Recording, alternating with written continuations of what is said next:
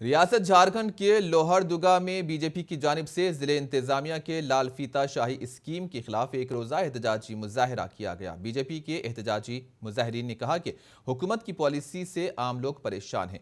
प्रधानमंत्री housing scheme का काम भी मुतासिर हो रहा है। अगर हुकूमत ने जल्द कोई फैसला नहीं किया तो बीजेपी प्रधानमंत्री हाउसिंग स्कीम को मुकम्मल करने के लिए ट्रैक्टरों के जरिए रेत फराहम की जाएगी। इसको बालू के चलते प्रधानमंत्री आवास बना नहीं पा रहा है।